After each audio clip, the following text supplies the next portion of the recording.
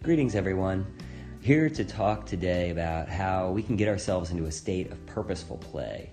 I've been seeking more belonging and harmony in my work and in my life for a while now, and I've had the pleasure of working with people and teams around the world, and we've started to find that when we quickly get ourselves into a state of purposeful play, things get more fun, more meaningful, and oftentimes more powerful as well. So let's go through how you can get yourself there. First of all, for this experience, our online gathering of purposeful play, first step is to log on. You know when you're logged on, if you can see other people, if you can hear other people, and they can see and hear you as well because your mic is set up and your video is turned on.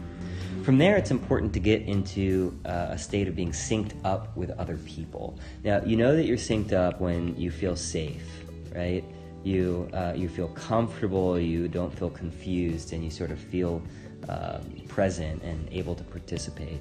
From there, you want to feel engaged, right? You're speaking up, you're listening to other people, and lastly, you're starting to really feel excited to play games and be playful with the people that you're meeting and connecting with. Now, we've noticed that there's some behaviors that we've called disruption that can make it really hard for you and for other people to get into a state of play.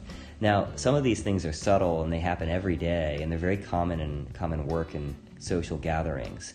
So maybe you or somebody else tends to hog the mic. You use up all the airtime, you don't realize that you're talking over other people. Or maybe you're complaining a lot. We've seen some people who are so addicted to the problem that they're trying to solve that they complain about it, or they complain about something else, and it can get really irritating and disruptive for other people. Another big one we see is posturing or politicking, right? We've seen some people show up and announce a fancy title or do other things that they don't realize at the time are alienating to other people. Also, sometimes people tend to dominate what everybody else pays attention to. Maybe they make an ill-timed joke or allow some loud noise in the background that's really hard for people to cope with. Or they just disrupt the game that's being played. They get bored or confused and they decide to just demand that everybody stop playing or start playing a different game. Now, that's disruption, and usually by being aware of it, we can better avoid it ourselves or redirect it when we see it in play. But ultimately, the goal is to get into a state of play. How do you know you're playing?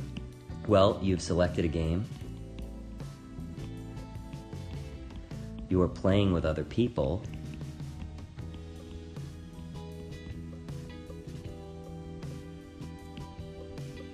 And ultimately, you're creating purpose and meaningful experiences with these other people that you're playing a game with. So this is how you can think about getting yourself onboarded to this experience. We invite you back into the gathering if it's still ongoing, and go ahead and get yourself synced up and start playing.